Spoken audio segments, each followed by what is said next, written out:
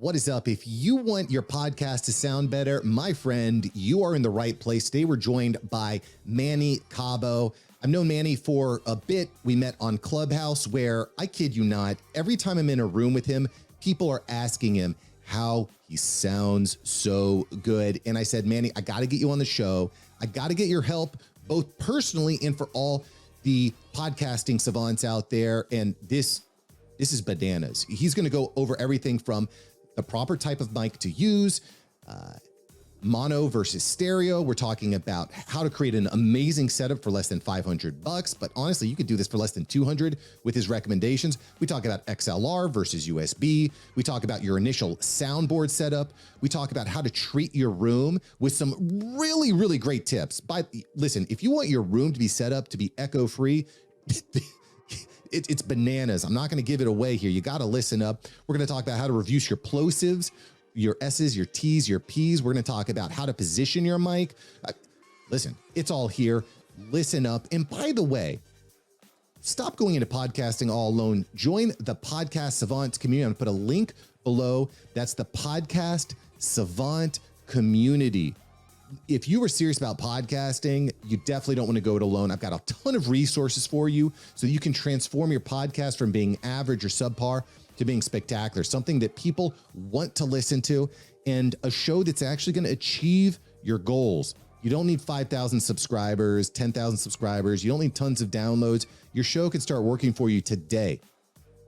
That's what we want to show you. So click the link below to either join or check out the community. We've got free and paid versions. At any rate, let's get into this episode with Manny Cabo from mannycabo.com. And if you listen to this, I promise you, your show is going to sound better immediately. I know it's helping me. All right, let's get into the episode. Manny Cabo, welcome back. It's good to be back, brother. It is. It's good to see. Every time I get a chance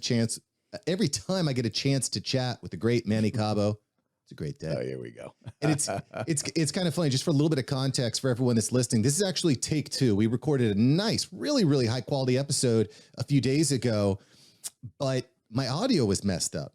It was all screwed up, Manny. I'm totally embarrassed sitting next to the great Manny Cabo's audio, and my audio sounds like crap. So we had to do it again. You know what? All that means is it just wasn't supposed to air in the first place. You know, we're going to get a better one this time. That's the way I see it. It's never an issue, man. You know, you got to look at things differently. That's all. Well, you are way too kind and way too generous with your time. And I will say that I've spent the night when this happened, I had like, I heard it and I was like sweating profusely. I'm like, this is the worst. Isn't that the worst feeling though? The worst. And so I said, this is not going to happen again. So I spent a good hour, just like you recommended, researching my Rodecaster, researching all the settings, trying to figure out why it went bad and fixing it. So I do want to talk a little bit about that here today, as it was one of the questions from our mastermind. But first, I just wanted to give you a chance to introduce yourself, Manny. How did you get into audio production and voice in the first place? Oh, man. Wow. That's certainly a loaded question. I mean, it's been with me all my life. I remember since my first years growing up as a kid, you know, an infant, I was 2 years old listening to my dad's old Grundig stereo. And that beautiful thing that we call sound was emanating from the speakers. I'm like, wow, this is amazing. And every time I felt like when I was enveloped with sound, I feel so much better. And as the years elapsed, of course, I got into playing drums because of my dad. So that introduced me further into the musical space. And, you know, I did some back vocals, did some school theater, where I was first introduced to what it was and what it felt like being behind the microphone, of course. And then that developed, and, you know, fast forward that a decade later, where I, you know, grabbed the stage for the first time, opening up some killer bands, SR-71, Stain, Three Doors Down, Lifehouse. And the rest, as they say, was history. I was just hooked. You know, I love being behind the microphone. It's my happy place, man. That's one of the reasons why I gave you the time of day, because you're awesome at what you do. And I've realized there have been people throughout my career that have been generous, that understand these doldrums that happen while we're doing what we do. No doubt, no doubt. And by the way, shout out to Stain too. I remember seeing them at Bonsai like 20 years ago, and they were excellent. And you maybe you do or don't recognize this, listener, but Manny Cabo was actually selected to be on Team Adam Levine on The Voice. I gotta ask you, what was it like being up on that big stage, being in front of an international audience and getting all four of the judges from Pharrell to Gwen Stefani to Adam Levine? What was that feeling when they swerved their seats around to check you out? I guess the only answer that you could, respond to with that is just exhilarating. It truly was. And here's the thing. I didn't even know they all turned around, because if you notice, there were so many strobes flashing off toward the end, and I was turning around, acknowledging the band, that when I turned around, I had to do one of these and squint. And I'm like, oh, because the judges aren't in front of you. They're off to the side a little bit, and I'm used to looking straight in front of me. And then I looked, and until my eyes got settled, right? I'm like, oh, wow. They're all turned. This is crazy. Is this surreal? At that point I thought, well, maybe it's after the song, they all turn around and applause, but no, they had turned around. Buddy's like, nope. Well, it doesn't surprise me that you got that recognition, and your woman and your kid off to the side too. Just like that. Thanks, was a really, man. As a father, that really touched me, It's a memorable moment, man. Yeah. Oh, for sure. For sure. There's nothing. I can't tell you how many comments I get. I'm sorry. I had a little delay there. I didn't mean to step all your words, but I can't tell you how many people commented not on my performance, but they loved the reactions of my wife and daughter. And that to me is my favorite part of the video too. It wasn't hitting the high note or getting the 4 chairs. It was watching how proud, which goes to show you, the support system that I come from. So that's hugely, hugely important for any artist, man. 100%. My podcast, The Awesome Dad Show, that's what it's all about. It's about laying down that foundation. And there's no better feeling than when your kid is proud of what you're doing. And laying down that framework. And speaking of proud in recognition, one of the reasons that I had to bring Manny on the show was every time I'm in a clubhouse room with him, someone comments on how good you sound on audio. It's awesome. It never fails, bro. It never fails. And I collaborate with a lot of people on Clubhouse. I don't bring everyone onto the show, but everyone is always commenting. So I wanted to get some quick tips from you, some hot takes. Sure. Because we all want to sound better on audio. Yeah, I mean, I think if you're going to be a personality behind the microphone, you really have to exhaust all the possibilities of getting to that level, right? It makes perfect sense, 100%. So let me ask you this. If you were just getting into podcasting, you have no equipment, you're starting from scratch, you got $500. Yeah. What are you going to do? What are you going to spend your money on so that you get a really crisp, clear, quality sound on your podcast? It's a great question, man. But, not to derail the conversation, I'm the type of person where before I delve down this road of having to invest any type of money, I want to make sure that this is something for me, of course, because you and I well know we're established already. This takes a lot of work and a lot of money in order to get some good equipment. So I would definitely analyze what your message is, what your angle is, how you're going to be and come from a place of service before you even do that. But once you come to that crossroads and like, yes, this is definitely something that I want to do. Well, you start slow. It's not about the equipment, right? And even though we just had this conversation about how vital it is, you could certainly level the equipment that you have by, just making some minor adjustments. And I remember us talking before about different options, especially if you're going portable, right? And there's so many great setups that you can pick up now for less than $200-300. I mean, you can literally pick up a tiny little lavalier mic, right? I think the JK mics or something. The only thing is with those, they need power and usually an inline battery, but they're relatively inexpensive, right? They're like $40-50. And then you could pick up like a Zoom, an H1. I think they're like $100. And the wonderful thing about those is you can still get a stereo recording out of them. Most people want to just do their phone. The only problem is most phones only record in mono, and you want that flexibility when you're importing all that audio in your DAW. But, I just want to point out too technical. That's an interesting point, because the first conference that I went to, it's kind of this run and gun. I had a selfie stick with my Samsung phone, and I just hooked up a couple lavaliers to it. So you're telling me that's only going to get the mono? Yeah, well, no, a mono, if you have the right connection, there's the little adapter that you would have to get. It's a stereo splitter. Okay. You can get those and plug that in, because you do. In most cases, a phone only records in mono, and certain lavaliers will only record in mono. So you have to watch that. That's very, very important, because in post-production, you're going to fall short a little bit. I'm all about audio, as you can see. So getting the maximum potent piece of audio is of the utmost importance for me. So definitely do your research. Make sure that you get the proper cables, the proper devices that will actually, allow you to get that big optimal sound. Yeah, in stereo. So that's, I guess, step one is try everything you can to make sure that you're actually recording in stereo. You're going to get a better sound there. You know, there's this Blue Yeti mic that's super popular. That's a condenser mic, right? So one of the issues that you get with that is it is great at absorbing all sound. Now, there's another type of mic, right? A dynamic mic. So do you have any comments or thoughts on which type of mic is best for, say, a home recording studio, like through Zoom or through Riverside or program like that? Yeah, well, obviously it requires a little bit of an expenditure because, you know, there's tons of microphones. Don't get me wrong. There's, oh my God, there's the Shure Sm7b. There's the Rode Pog mic, which I left on specifically for you because I'm a big Neumann TLM 102 guy. That's my go-to. But then that's a condenser microphone, and there's a lot of issues with condenser microphones. Room treatment is huge. If not, you're going to get bleeding ambience from all types of places, but that's another story. But the same goes with the dynamic microphone. Depends on how powerful it is and depending how your gain structure is. So there's a lot of variables that you need to take into account. There's an EV-RE20. So there are certainly tons of microphones, and it's not about getting the best or spending the money on the best.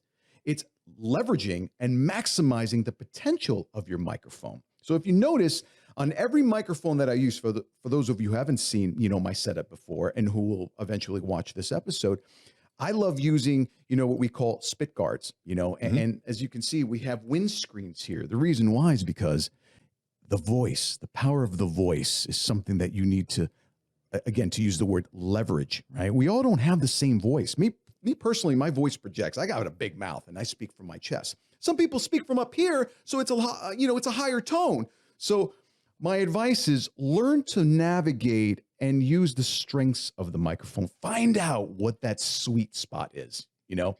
And what I tell everybody, get in as close as you possibly can, but turn your face to the side. Because if you're here, all the P's and the B's and all the plosives could drive your guests insane, right? That's why a spit guard in the recording studio when I'm doing vocals or when I'm doing voiceovers is a must. And if you're looking for those products, Stedman is a company that endorses me. Their pop filters, their spit guards, I think it's a PS101, and their phone. Don't think they have the foam windscreens, but you can get any of those. It's pretty generic, but I strongly recommend that. Yeah, absolutely. And you don't have to get a $10,000 microphone. Just get a decent microphone. I recommend this Rode Pod mic. This thing is amazing. And as you can see, it sounds awesome, but the caveat is you have to tweak your interface first. You know, I'm using a Tascam Mixcast 4. You know, somebody just generously gave this to me and said, listen, I'm going to gift it to you because I know you've had a rough year. So it goes to show you though, man, integrity is a big deal. If you come from a place of service like you are, I was offered, I didn't have no questions of offering you my time. Let's do this again, bro, because I love what you do. You're providing knowledge and insight to our ecosystem of podcasters. So be nice, man. You never know when you're going to need it, and people come out of the woodworks to help you. So yeah, I've been pretty fortunate that they gave me this. So I tweaked up some of the parameters in there and matched it to this dynamic microphone. And as you can see, it sounds pretty damn awesome. Yeah, you sound amazing like always. And by the way, mannycabo.com is where you can go and get more Manny in your life, because you are definitely one of the most generous people I know when it comes to sharing your time and your knowledge. Thanks, brother. And I do want to kind of hit on something that you kind of mentioned real briefly, but I think is really important.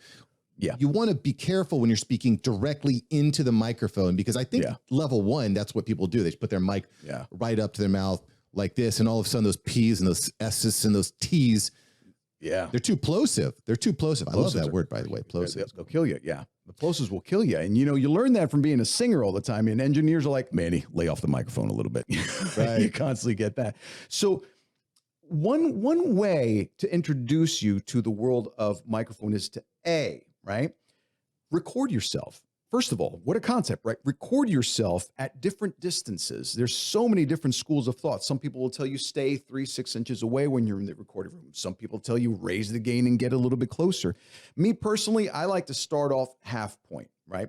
Put my levels at 0 dB, start from there, and then try to find out, should I move in? Should I go back? And then record this. It's the only way to do it. It's like doing the reps on anything. You know, you got to do the work, do the research. And I realized that this is my sweet spot, about 2 inches away, turning off to 1 o'clock, right?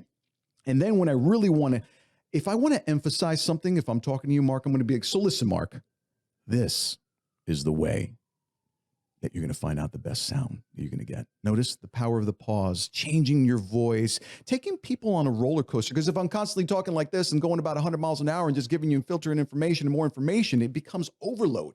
Instead, I'm like, what you guys need is one, a decent microphone, spit guard.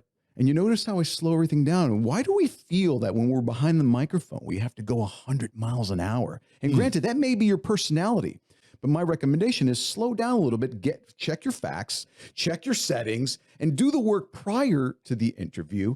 And you'll realize that soon enough, you don't have to be the best at anything. Just prepare. That's all you have to do is prepare. That's the secret to my success. The more I prepared, the better I sounded on all levels and the better material came out of my mouth, you know? Yeah, proper planning provides or prevents poor performance, I think is the there you go. The annotation.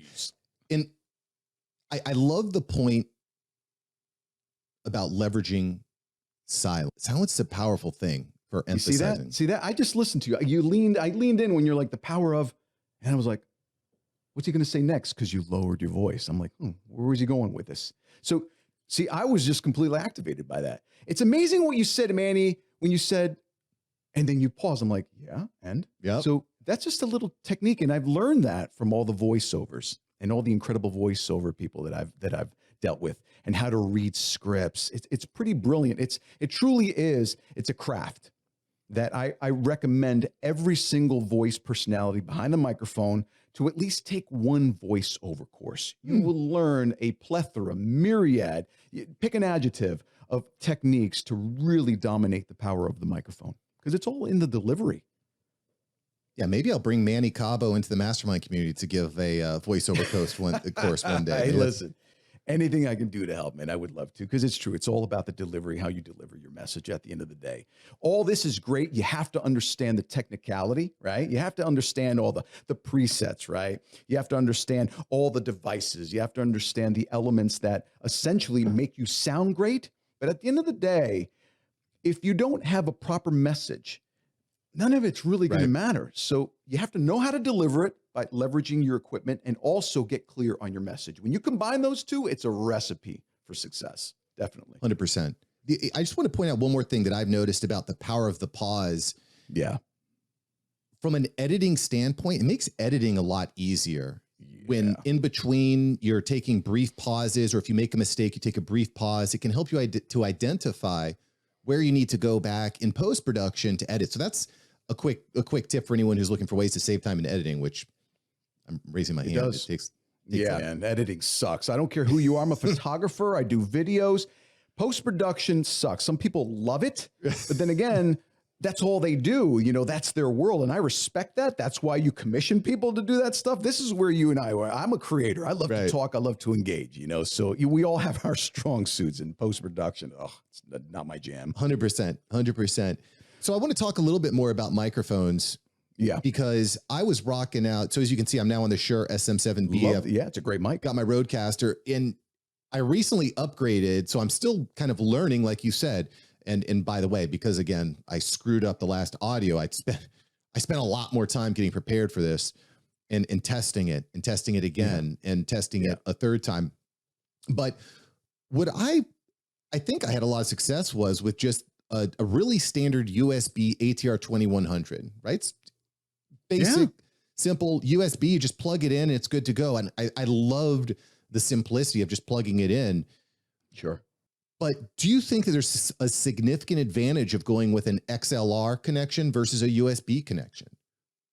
I think so. You know, I think for some reason, the USB connections, there's a little bit of compression that goes on that I always found. We used to use the little, what do they call the snowballs?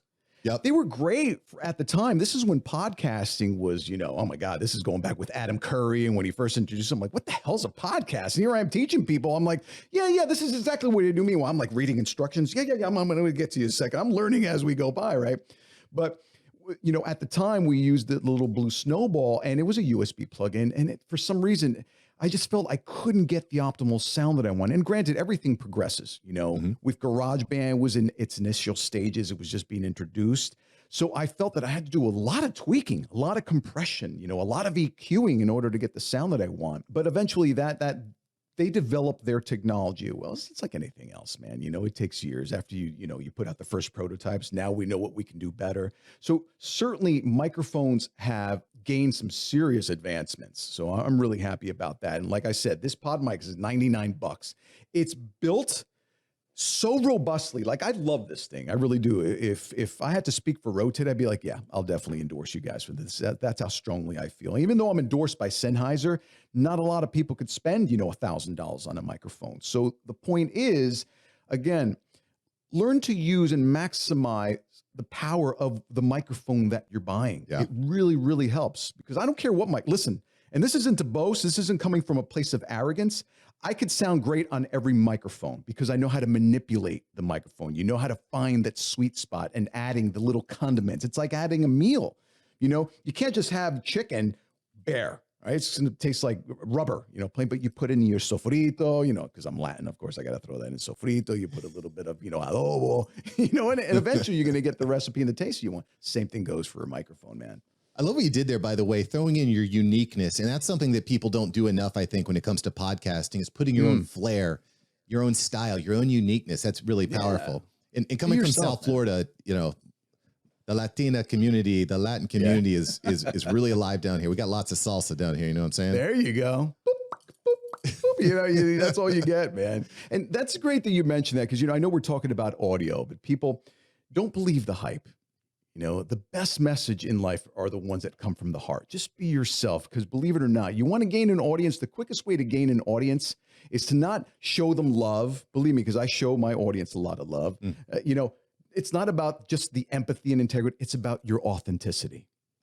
The more real that you are with your audience, the more you talk about the things that are important to you and with your own personality, the more real the show is. And that's what people are engaged by. Realness. Really is. Authenticity is huge, man. So that's a little tip for your audience. 100%. I mean, I was just watching the Tinder Swindler the other night, and like the amount, I don't think most people understand this, but 99% of what you're seeing on social media is just fake. It's all fake. I've become really disillusioned by it, because, when you get into the industry and you're like, oh, this person is getting, 1,000 likes per post, or they have 50,000 followers, and then once you start actually diving deep and going deeper into it, it's a bunch of robots. And again, that's why I think podcasting is so powerful. You can't really fake the funk. I mean, you technically you can, but when you're actually, I know what you're saying though. Yeah. When you can listen to someone, you can engage with them and find a way to provide value to them. It's really powerful. It's not just fake clicks on a 15-second Instagram reel. There's more substance there. Sure. And you know what? To add to what you were saying, it's impossible, right, to be someone that you're not 24 hours a day. Yeah. Because you're going to run out of information soon enough, and then people smell BS a mile away. Like, this guy's not real, because you're going to lose it after a while. So don't pretend, man. Yeah. Don't pretend. That's the worst thing you can do. 100%. 100%. All right, cool. So I want to actually go into, I'm not exactly sure what you call it, sound dampeners or whatever, these foam boards that you see on people's walls. We talked about sound. Sound is just bouncing off of everything all the time. And when I'm looking at reducing the echo and the sound bouncing in my room, I'm just trying to, as I build out my home office, I'm trying to find ways to do that. So one of the things I was sitting with my team, I was like, maybe we could put foam boards up here on this wall or on this wall. Does it even make sense to put a couple sound dampeners up on the walls, or do you need to go all in? What's the value of actually doing a few or many, or what are your thoughts on that? I think if this is your profession, if you're going to really take podcasting seriously, and your Zooms or your one-to-ones, anything that has to do with you being a radio personality, I think you really do have to treat your room. You really, really, truly do, because there's so much ambient noise. Like, sometimes I have to wait for a strategic part of the day, because if not, I'm in the city, man. I hear sirens and cops, and this is the urban life. So I have to adjust to that. So what I have to do is, you don't see them off to the right. I have 2x8, not 2x8, 4x8 panels. And then I have 8x12 panels right in front. So when I'm speaking directly, the sound goes straight, right? It absorbs it. But then I also have a carpet underneath, right? I have a carpet, because carpets are huge. If you notice, most recording studios will have a rug of some sort. And it doesn't have to be fancy, guys. It really doesn't. You could literally go to a flea market. Hopefully you don't have bugs or anything, so be careful with that. Get a cheap rug, as long as it's something underneath you. correct? And then I also have a blanket stapled onto the roof just to capture all the bouncing ambience. That's all at the end of the day. And you got to tweak it a little bit. You know, nowadays you can go to Amazon and buy those little, what are they, like 12 by 12 foam? They come in a packet of like 36. Yeah. Those are, you know, they will do the job to a certain degree, you know, and you don't have to spend $1 zillion on them. Again, I'm huge on rugs and blankets. Too huge. You want an automatic instant like photo booth? Blankets. Wow. Hang up like a couple of PVC pipes, put a blanket over you, you're straight. You know, but everyone wants the aesthetics, you know, it's got to look pretty. You know, I know I'm one of them too, so I can't talk about that. I better shut up. Yeah, well, that's definitely something I'm thoughtful for. I mean, I never would have thought about stapling blankets to my ceiling. And if I did that, actually, my wife would probably get pretty upset. She probably would, yeah. No, that's not a good idea. What about like the actual desk that we're on or the computer screen? One of the things that I've noticed, an unintended consequence as I'm filling out my studio from a visual standpoint is lighting. And when I have two computer screens, one right in front of me and one to my side, and that thing can completely wipe me out or blind me out. So I'm actually looking at, you know, turning off the computer screen. What do you think about, you know, glass desks versus wood desks? Am I just getting crazy here with sound? Is it better to lay something over it? What do you think about trying, because you got to have a desk, you got to have screens. Is there any way to dampen the sound on these types of items? I do. Man, I personally prefer wood over glass or any really, really hard acrylic surface because wood is a little bit more absorbing, right? You know, just like as it is porous, but it's more absorbing. And you got the right idea. A boom arm is always a good place to start because obviously, and you know, this one doesn't have the rest in it, you know, which is the little, oh my God, as a singer, I should remember this, you know, the shock mount. Okay. Yep. Shock mounts are huge. If you can get yourself a good shock mount, which I wish that Rode would provide one here. I got it on my Neumann. I don't want to pick up the whole setup here. Shock mounts are huge because it takes the shake and the vibration, and that could be annoying, especially when you're using condenser microphones. But something like this, if it's elevated here and you know you're free from any other cables in the vicinity, you should be okay. But I always prefer a boom. Always. Because here, when you have a microphone attached to one of these stands, like as a matter of fact, I wonder if I could take this off here. I'll show you. You have one of these, right? If you hold the microphone on here and you're banging and stuff, you hear all the vibration. Yeah. It's so obnoxious. So I would definitely stay away from that. I really, truly would. But you could, and if you, because like we were talking about interviewing on the go or taking your interview stuff mobile. If you have to have a stand that's mobile, you could put the mic not directly on the stand, but onto a shock mount attached to the stand. That's maybe a way of reducing it, right? Yeah, absolutely. Like I said, if you have a shock mount, you're golden. I mean, that'll reduce at least, I would honestly say about 75 to 80% of any type of the jiggle. Yeah, 100%. But you got to get a microphone that has an actual adapter that has a shock mount. Right. It's a good point. But listen, ladies and gentlemen, if you're going out there and looking to improve, these are things to consider. And that's why we get Manny Cabo from mannycabo.com, host of Mojo for Musicians, the podcast. And before I let you go here, Manny, I do want to go to the drawing board. I want to ask a question from the mastermind community, from the podcast Savant mastermind community. Bez Rengifo asked, if I was to buy a soundboard, okay, what are the first settings that I should look at with setting up my soundboard? Well, first of all, you want to have as many, how can I say it? You want to have as much flexibility as possible, you know, and most people are resorting to either the Rodecaster now or the Tascam Mixcast 4. Any of those two are going to do, and as long as they have parameters that you could adjust, you know, your gain, obviously, your plugins that you have on there, you know, how wet or how dry you want your voice. Individual parameters are huge. Like, you have to have a certain flavor, like I said, for your own voice. Like me, I like it slightly wet, you know what I'm saying? And not too wet to the point where it's like you hear complete like echoing all over the place and you get that reverb and cave vibe. So having parameters is huge. And you'd be surprised, a little bit goes a long way.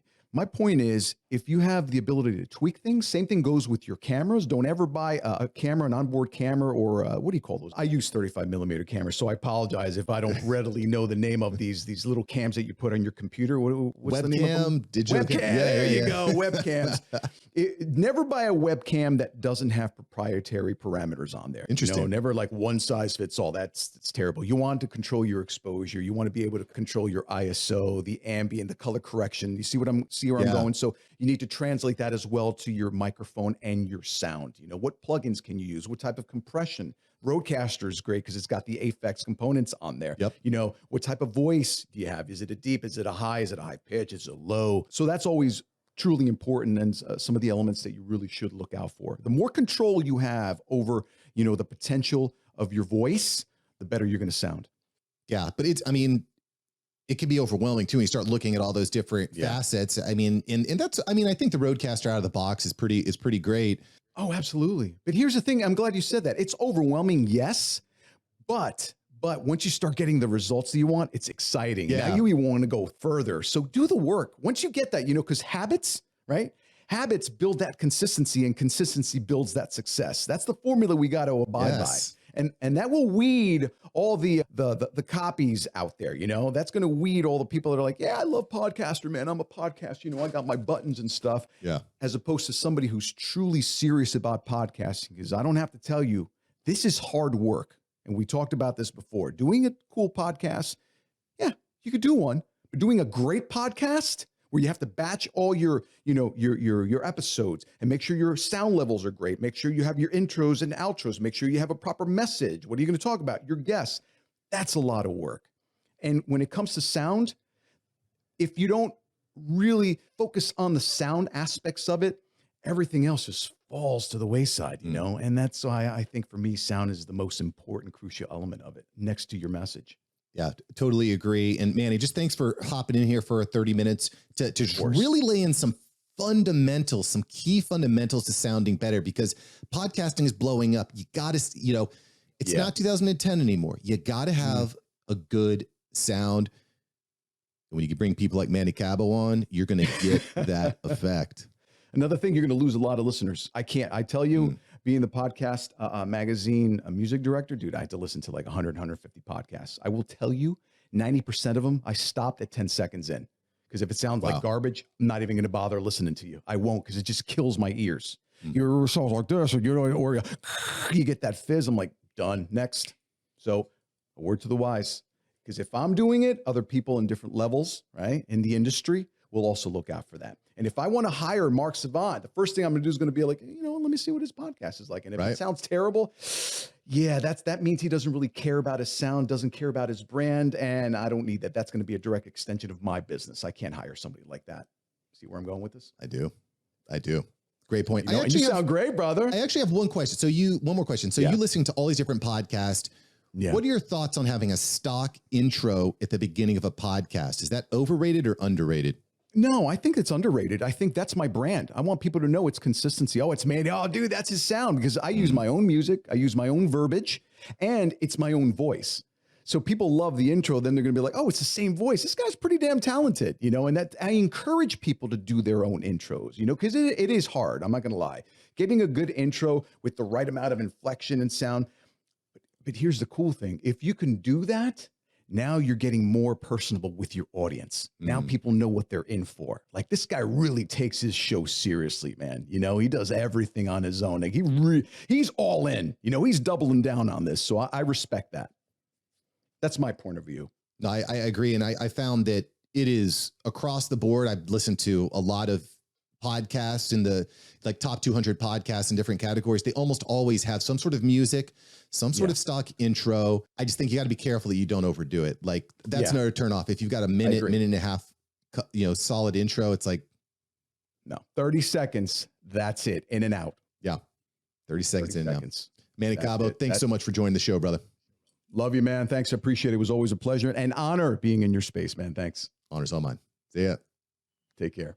Yo, thanks for listening to today's episode. I hope you enjoyed it. Make sure that you hit the subscribe button right now. That is a huge, huge help to me. It helps the algorithms show you more content that's relevant to you. And I got to say, you know, that information on how to treat your room to reduce the echo, let me just say that audio is not just, I flick it on and I'm going to be an expert. This takes time to develop. Just be a little bit better with each episode. And you know, we talked about this during the episode. My first time interviewing Manny, I effed up. I screwed up. It sounded really bad. And so I respect you. I respect your eardrums. And I said, we got to do it right. Brought Manny back on. And before that, I spent a lot of time making sure that my audio was on point. And honestly, I'm a little bit nervous right now, if it is. But when you put in the time and you put in the effort, you're gonna get the result.